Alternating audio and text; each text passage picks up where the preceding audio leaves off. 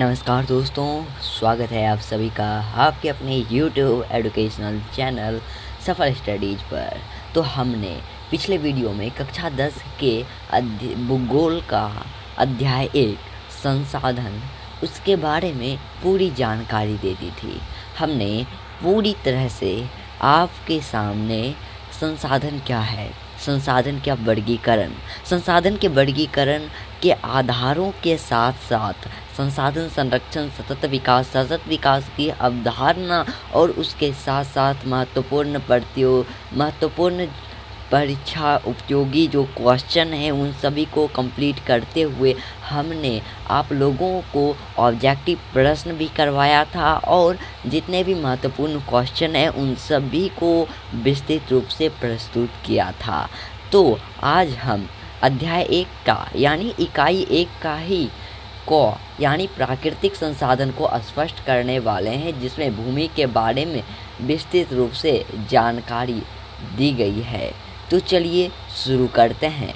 शुरू करने से पहले हम ये जानेंगे कि आज के इस पाठ में हम किन किन तथ्यों के बारे में पढ़ने वाले हैं। तो आज के इस पाठ में हम भूमि संसाधन के बारे में जानेंगे कि आखिर ये भूमि संसाधन होते क्या हैं। उसके बाद हम भूमि निर्माण की प्रक्रिया को स्पष्ट करेंगे, यानी भूमि निर्माण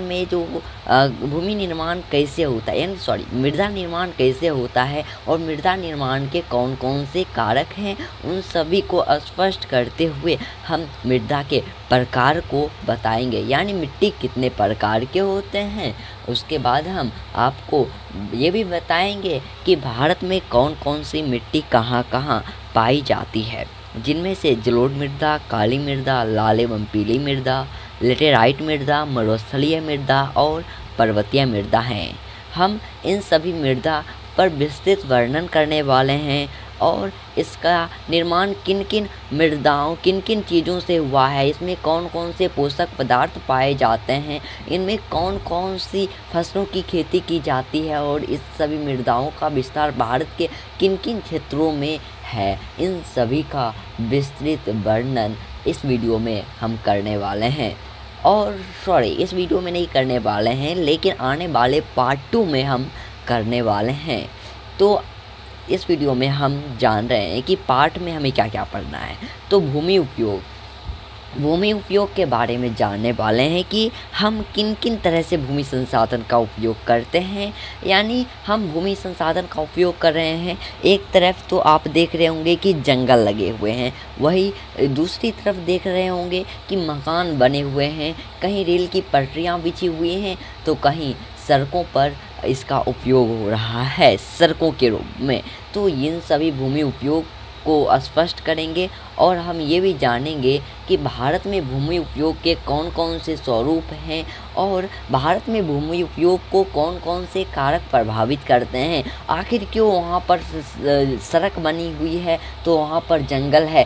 तो इस सभी के कारकों को हम जानेंगे, जिसमें से भौतिक कारक और मानवीय कारक हैं। इन सभी के बारे में विस्तृत वर्णन हम इस वीडियो में करने वाले हैं। उसके बाद हम आपको भूक्षरण और भू संरक्षण के बारे में बताने वाले हैं, यानी कि भूमि का संरक्षण हम कैसे कर सकते हैं, यानी भूमि और हम जानने वाले हैं कि भूमि संरक्षण क्यों किया जाता है, भूमि संरक्षण की वजह क्या है, उन सभी को स्पष्ट करने वाले हैं इस पाठ में। आपके पास अगर NCERT की बुक हो तो आप उस बुक को जाकर ज़रूर देखिए, ज़रूर पढ़िए, क्योंकि हम आपको सिर्फ समझाने आए हैं। यदि आप समझ लेते हैं और सेल्फ स्टडी खुद से करते हैं तो भैया आपके इतना पावरफुल इंसान कोई नहीं होगा जो इस पाठ को समझ सके। तो दोस्तों शुरू करते हैं।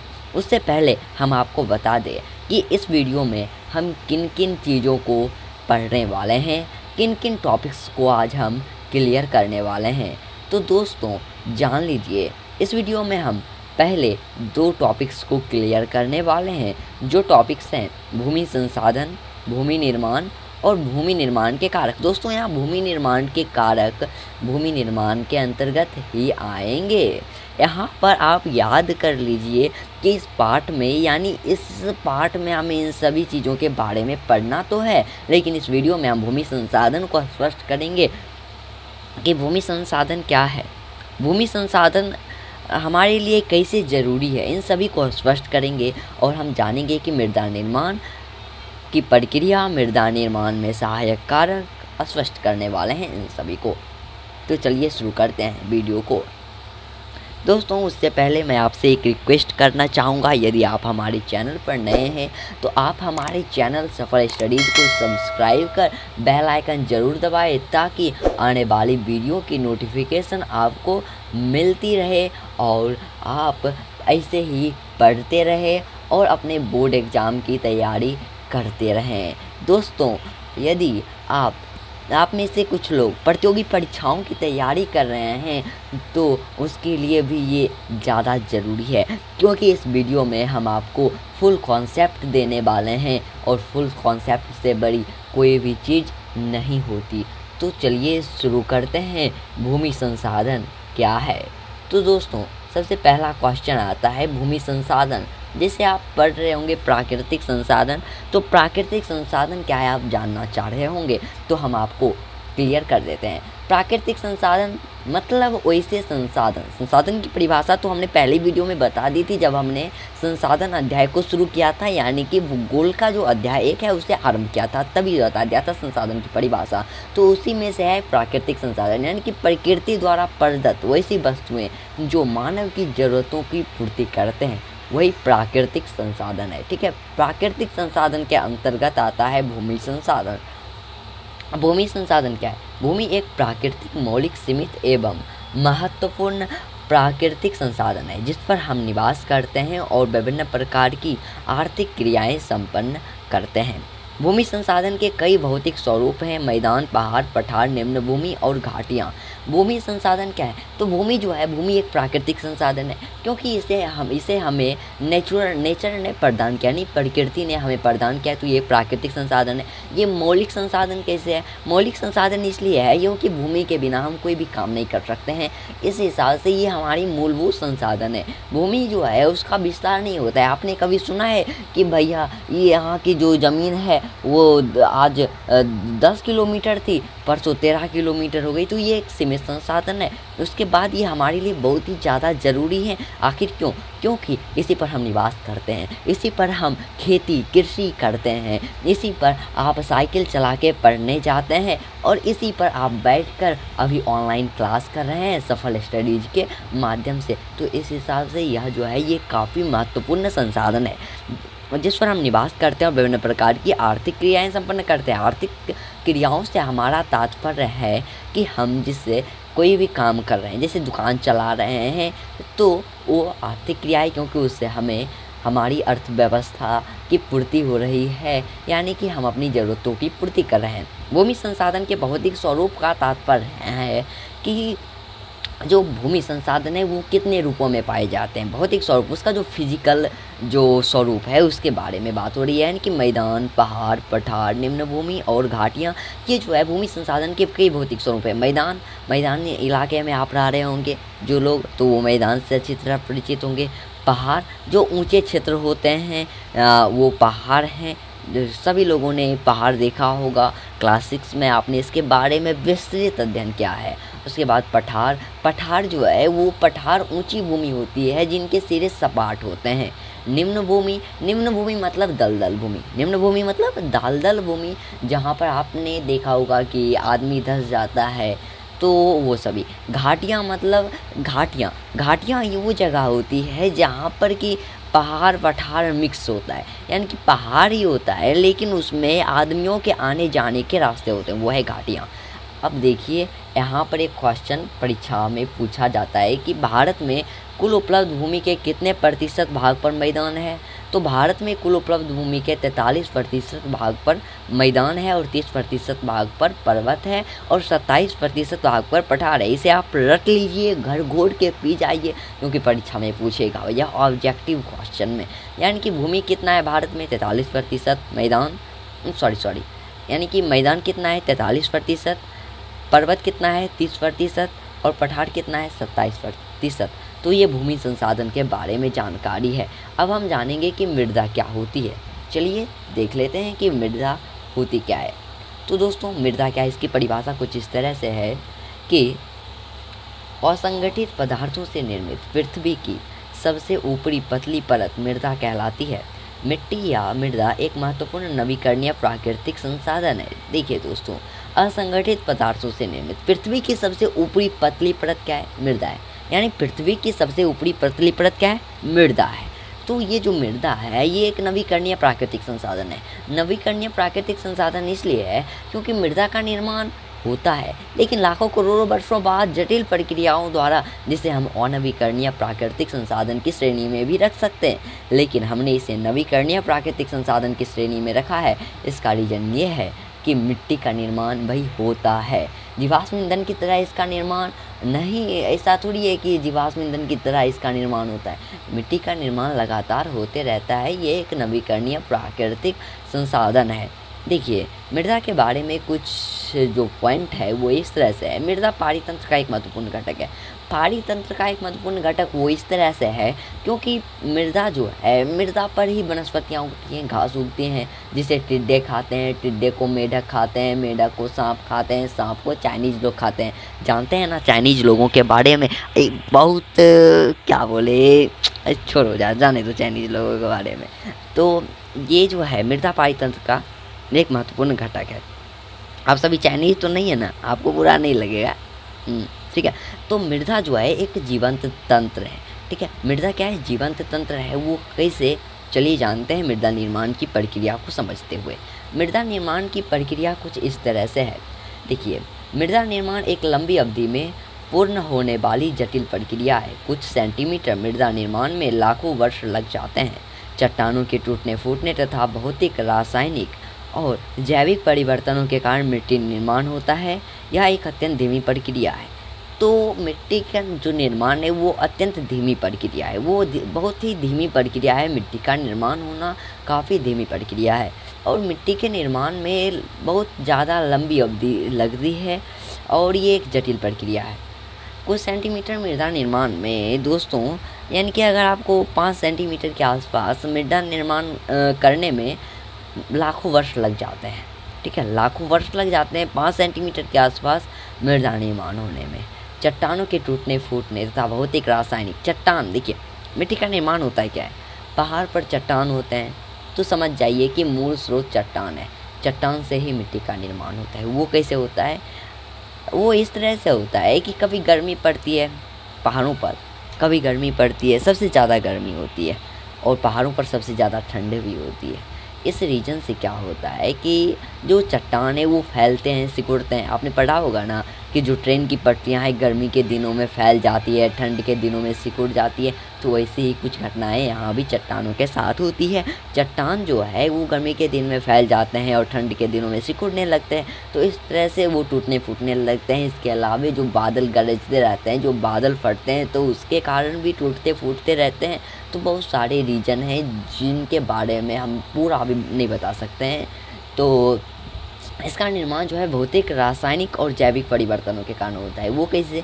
तो जब चट्टान टुकड़ों में विभाजित हो गई तो अब हम उस चट्टान को हम नहीं बनाते हैं, वो प्रकृति में खुद बनती है कि उस पर से पानी कभी गया, कभी आदमी चल के गया, तो धीरे धीरे उस टुकड़ों बहुत ही महीन कणों में परिवर्तित होने लगता है और वही महीन कण धीरे धीरे मिट्टी का रूप ले लेती है लाखों करोड़ों वर्षों के बाद। तो अब हम देखते हैं मृदा निर्माण के प्रमुख कारक कौन कौन से हैं।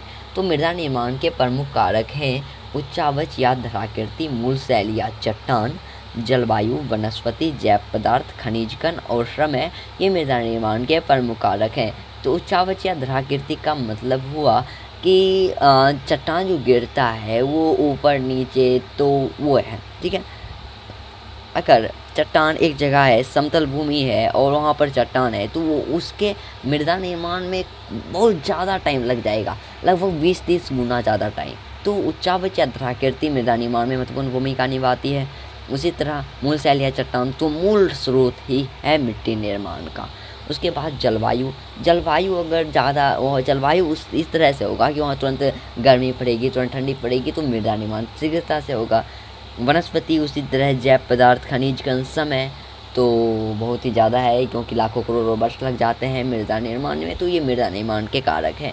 दोस्तों ये जो प्रश्न है कि मृदा निर्माण की प्रक्रिया को स्पष्ट करें और मृदा निर्माण के प्रमुख कारकों को लिखे, तो आप इसे याद कर लीजिए, अपने नोटबुक में नोट कर लीजिए, क्योंकि ये परीक्षा में बहुत ज़्यादा पूछे जाते हैं। जितने भी हमारे क्वेश्चंस हैं सभी को आप नोट कर लीजिए। आप अपना नोटबुक तैयार कर सकते हैं। ये आप कमेंट में बताइए, यदि आपको चाहिए नोटबुक तो हम टेलीग्राम चैनल भी बना लेंगे या फिर आपको व्हाट्सएप ग्रुप पर जोड़ देंगे, तो आप वहाँ से हमारा नोट प्राप्त कर सकते हैं। तो ये जो है, अब ये हम आपको मृदा निर्माण के कारकों को याद करने का एक ट्रिक बताने वाले हैं दोस्तों। जी हाँ, ट्रिक बताने वाले हैं मृदा निर्माण को याद करने, मृदा निर्माण के जो कारक हैं उसे याद करने का। तो वो ट्रिक जो है वो कुछ इस तरह से है। ट्रिक है, खुद का बनाया हुआ ट्रिक है दोस्तों। जब मूस उख जाए, देखिए इसमें कितना वर्ड है, इसमें टोटल 2 2 4 3 7 वर्ड है। और इस 7 वर्ड से आपके सातों मृदा निर्माण के जो कारक हैं वो याद हो जाएंगे। कैसे? जैसे आप याद रख सकते हैं जलवायु, बहुत से याद रख सकते हैं वनस्पति, ठीक है। मौ से याद रख सकते हैं मूल शैल या चट्टान। सौ से याद रख सकते हैं समय। उ से याद रख सकते हैं आप उच्चावच या धराकृति। ख से आप याद रख सकते हैं खनिज कण। और जौ से आप याद रख सकते हैं जौ से आप याद रख सकते हैं जैव पदार्थ। तो ये याद करने का एक आसान सा ट्रिक है दोस्तों। यहाँ पर मैंने पहले से नहीं लिखा था, क्योंकि ये ट्रिक मैंने आप लोगों के लिए स्पेशली बनाया हुआ है, ताकि यदि आपको कोई सर या फिर कोई आपसे जो क्लासमेट है अगर पूछते हैं आपसे कि भैया मृदा निर्माण के कारकों को बताओ, तो आप 1 2 करते हुए साथ में 5 बोलेंगे, तो वो आपके लिए कोई ज़्यादा उस पर जो ज़्यादा प्रभाव है वो नहीं डाल पाएगा। तो यदि आप सातों का सातों बोल देते हैं, आप एग्ज़ाम में सातों का सातों लिख देते हैं, तो जो एग्ज़ामिनर हैं उस पर ज़्यादा इफ़ेक्ट पड़ेगा और आपको फुल मार्क्स देने की वो पूरी कोशिश करेगा। तो दोस्तों आज के लिए बस इतना ही। आज हमने इस वीडियो में आपको बताया है मृदा निर्माण को स्पष्ट करें और मृदा क्या है, ठीक है, और कुछ पॉइंट बताए हैं। और हमने आपको मृदा संसाधन भूमि संसाधन के बारे में बताया है, और 1 2 ऑब्जेक्टिव प्रश्न यहाँ से हमने आपको बताया है। आप अपने नोटबुक में नोट कर लीजिए वीडियो को रोक करके। तो उम्मीद करता हूँ कि आपको ये समझ आ गई होंगी। जिन लोगों को थोड़ा भी प्रॉब्लम हो वो कमेंट सेक्शन से पूछ सकते हैं। और आज के लिए बस इतना ही, मिलते हैं अगले वीडियो में। यदि आपको ये वीडियो अच्छा लगे तो आप इस वीडियो को लाइक ज़रूर करें, और हाँ, अपने सहपाठियों को भी बताएं कि भैया इस चैनल पर पढ़ाई हो रही है, आप जा कर के पढ़ लीजिए, ऑनलाइन क्लास कर लीजिए, क्योंकि अभी लॉकडाउन चल रहा है, लॉकडाउन का वक्त है, कोरोना काल है। तो उन सभी को मद्देनज़र रखते हुए हमने ऑनलाइन स्टडी शुरू की है। ये वीडियो अच्छा लगे तो लाइक कीजिए, सब्सक्राइब कीजिए, कमेंट कीजिए, और इसे अपने दोस्तों के साथ भी शेयर कीजिए। और हाँ दोस्तों, अपने डाउट को कमेंट में पूछना ना भूलें, ताकि हम आपको कमेंट सेक्शन के ज़रिए आपके डाउट को सॉल्व कर सकें। तो आज के लिए बस इतना ही, धन्यवाद।